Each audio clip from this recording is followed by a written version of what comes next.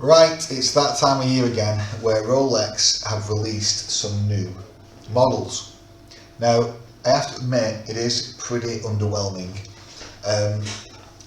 Obviously, this is an affordable watch channel, but I am going to cover some of Rolex's new releases because a lot of the homage watches that we buy are obviously based upon what the luxury brands do. So, first of all, by the way, please hit the subscribe button if you're not already subscribed, and please smash that like button.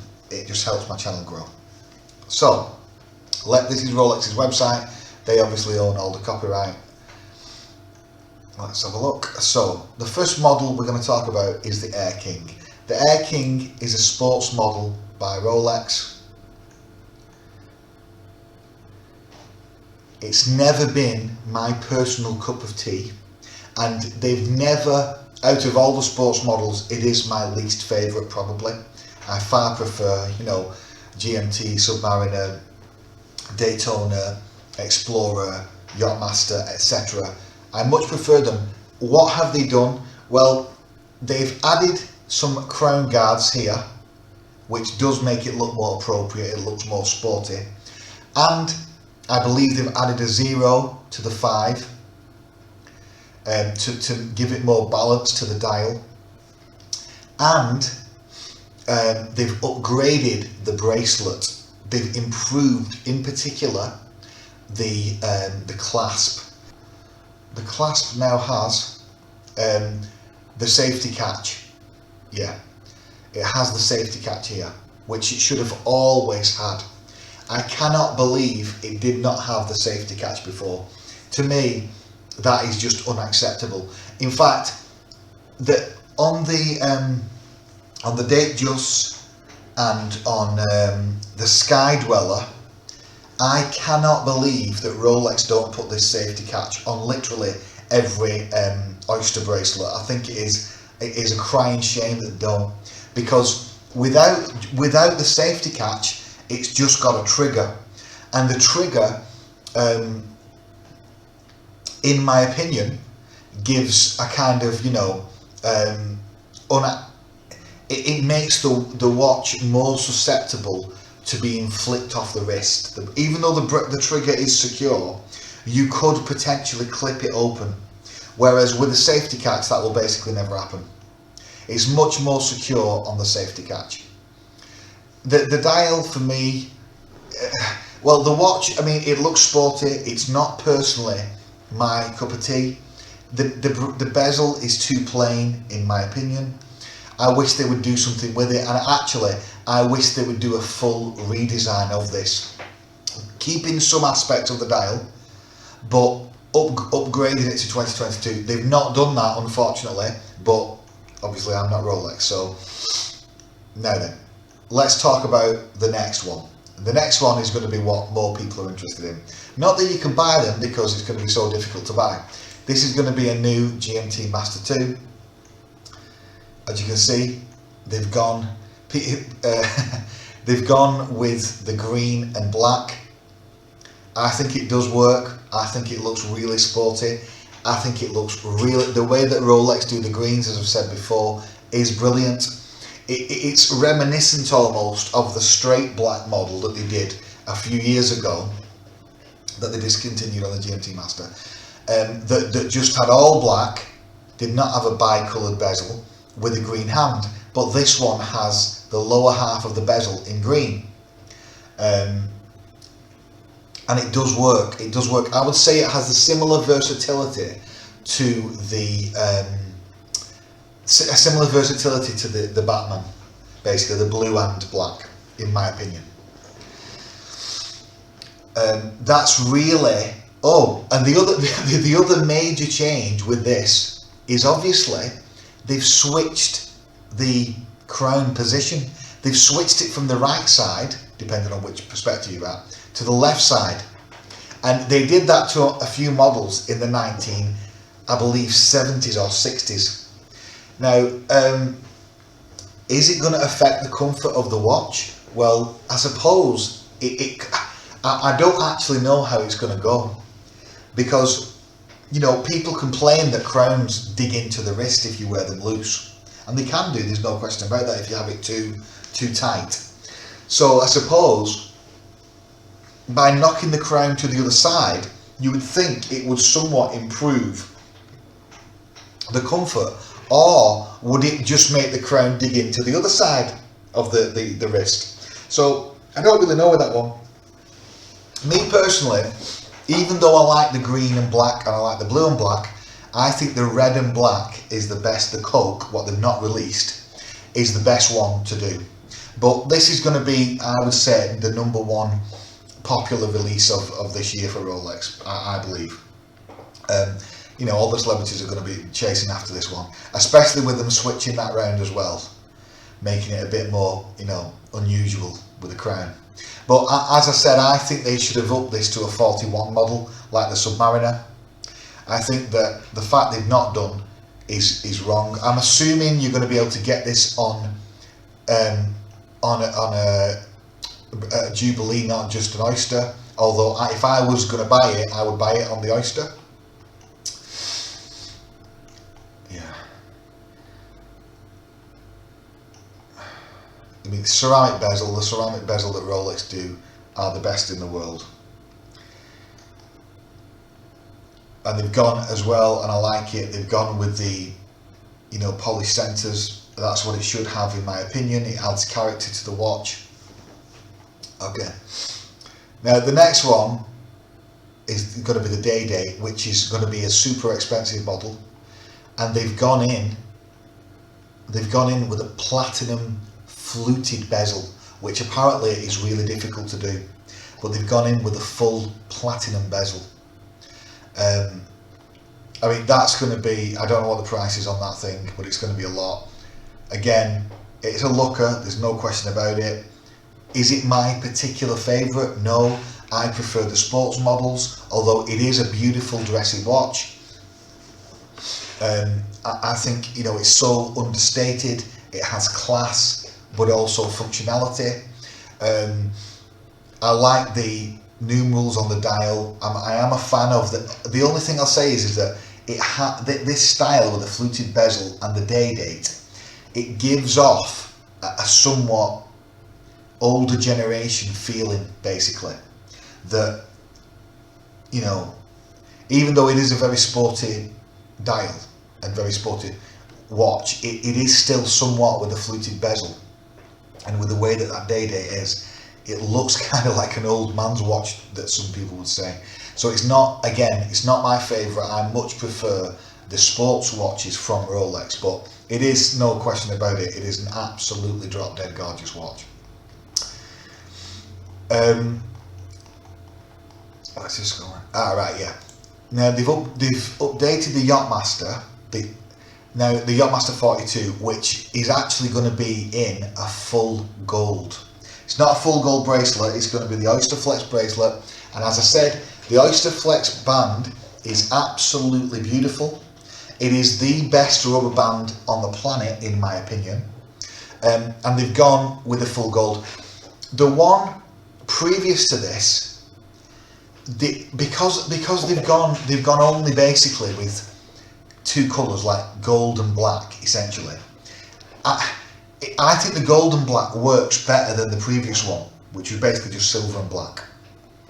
I think that the other one they did, last year's model, it needed a third colour on the dial.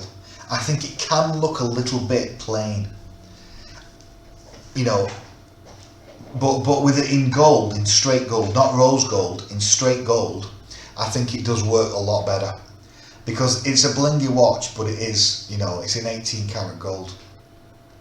It's got the Oyster Flex, and as I mentioned, the Oyster Flex band has a steel band inside of it to give it additional support. And on the back of the band, it has these big bellows. I'm trying to find them. It has these big rubber supports. I'm trying to get a picture. Right here. These big rubber supports, they support the watch on the wrist, and they also give space for your wrist to breathe. It is a really good thing they've done, Rolex, and you can get homages of this on AliExpress. for very cheap and to see what it's like, and it's really good. It's my favourite type of rubber band. Obviously the ones on AliExpress won't be having any steel in it, but these do actually have a steel support all the way through it. That's Rolex's design. Now let's have a look. Oh yeah, the last one I'm going to talk about, before I talk about the stuff that I believe they should have done, is just a new Datejust. Obviously this is a woman's model, this is for 31mm. They've gone with this kind of flower petal thing. I think it works for a woman. I think the blue is beautiful. The blue dial is stunning. Is it a gem set? Floral motif dials.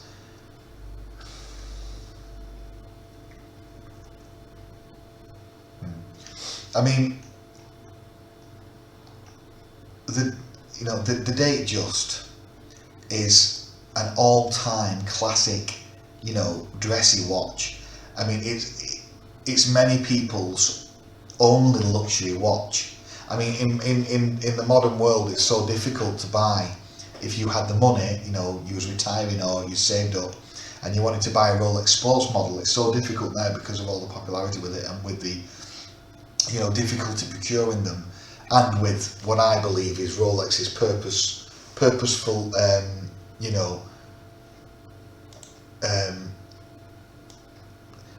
throttling of the supply for their long-term strategic reasons. They're not producing enough of them basically to meet demand, and essentially say it has that same bracelet.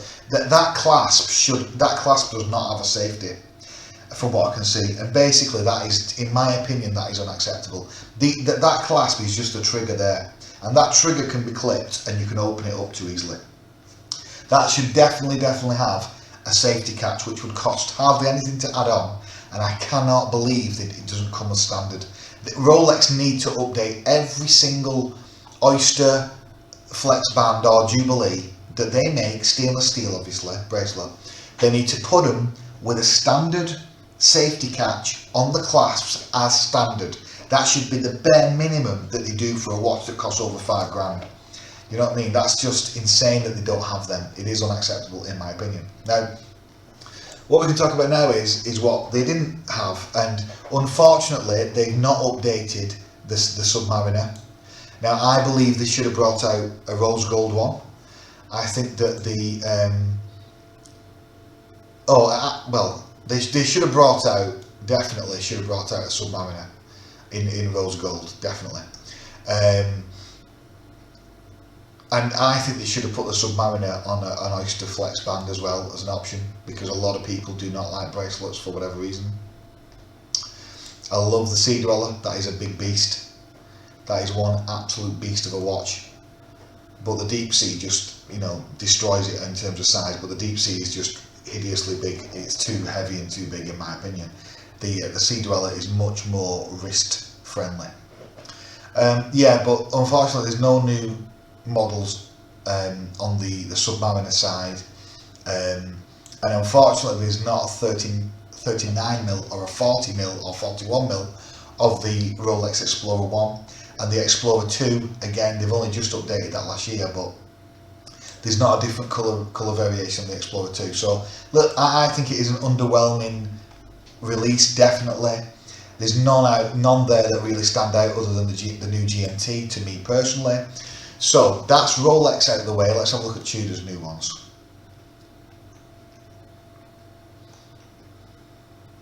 Right.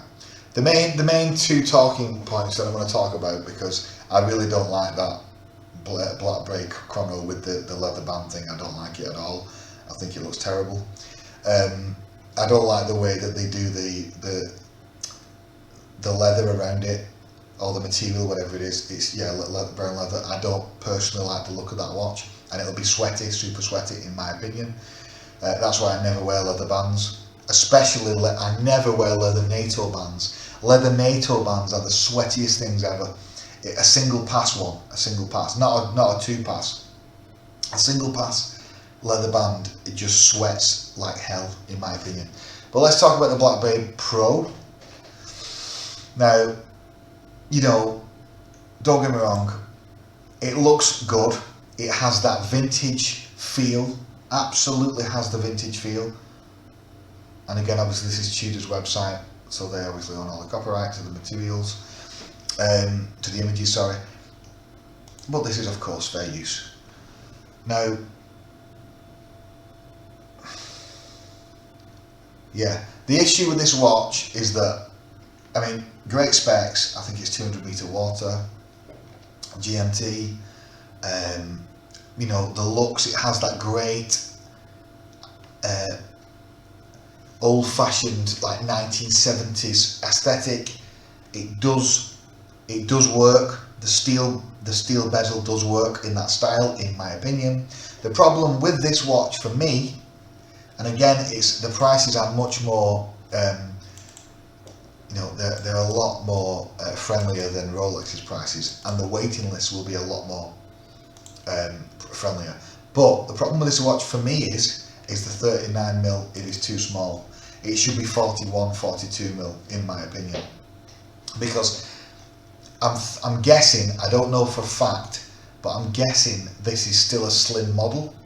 I'm guessing it's not above 13mm. I could be wrong though, because I know some Tudors are too thick. They're like 15mm with a dome bezel. I mean, it's got that domed crystal. Domed crystals are not my personal thing, but again, on a vintage style watch, does it work? I think possibly it does.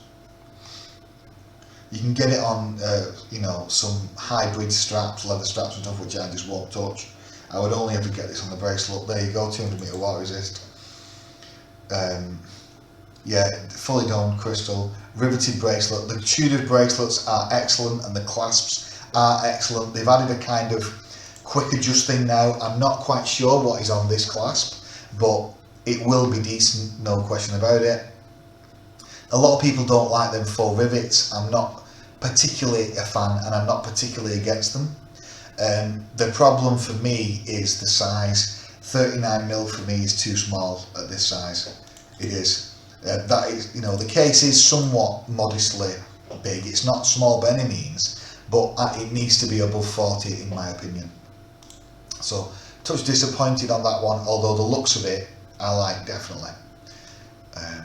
Now the second thing I'm going to mention is this Black Bay GMT S&G. The problem with this, even though yeah, great specs again, and you'll be able to buy these, you won't have to wait too long, unlike Rolex. The problem with this one, in my opinion, is that it just looks like a poor man's GMT Master II two-tone, because obviously it's almost like a homage to it. But they've gone with a very similar colours, but with Tudor they don't go. They use aluminium bezels or some type of non-ceramic, non-hard-wearing bezel, which I absolutely despise, and they don't bother polishing the centre links to make it different to Rolex, I'm assuming, even though it's got a domed crystal again. What they do is they go with a kind of vintagey, antique look, and it's not to my personal taste. I prefer the modern look of watches. I don't like an unbrushed bracelet generally. Although that's not the main thing. The main issue with me for Tudor is the bezels. I don't like the fact the bezels are not ceramic or not, you know, sapphire or something like that. I just can't accept that paying £4,000, you know, because I couldn't afford Rolex's prices. Maybe in the future I could, but I could never afford Rolex. But, you know, Tudor, I could, you know, possibly buy a Tudor watch, but the fact is I won't do it because, you know, I don't agree that the materials are right for what the price is. The price is, you can get a 70 quid AliExpress homage watch with a ceramic bezel. Why is a ceramic bezel not on a Tudor? It should be. Of course it should. Now I know some people really hate ceramic bezels or the modern bezels. That's fine. Give us the option then. I would buy that above it though, definitely. But this is not a new model. The Pepsi GMT is superior in my opinion in looks, and because it doesn't have that it is brushed. I don't like seeing gold that's not brushed, that's not polished in my opinion. So, you know, underwhelming again. This is a new one with a new dial, but that is a nice watch, to be fair. Would I get it with that, you know, that particular dial? Possibly, but I doubt it again. But yes, I am a fan of the Black Bay Chrono, this one with the bracelet. I am a fan of it, definitely. I think if I was going to get a Tudor, it would possibly be this one, or possibly the GMT Pepsi style, this one. But of the new models, it's not personally, it just looks like, you know, a Rolex GMT Master II without the polished parts, and to me, I just can't get my head around that. I just don't like looking at it the same. So, but it is more understated, and there'll definitely be a market for people who want that style of watch. I just thought I'd cover the new Rolex and Tudor watches, because, you know, you can expect now on AliExpress there will be many, you know, people, many companies, I'm guessing like St. Martin, like Pagani, that will be looking at these releases of the, you know, the leaders of the industry, and they will be coming up with homages as we speak, and it'll only be a short time before you can get these. You can get similar watches that are a lot cheaper that are homaged. But I just thought I'd put it out there so you can have a look. Thanks a lot for checking my video out. It's been Dave. Nice one.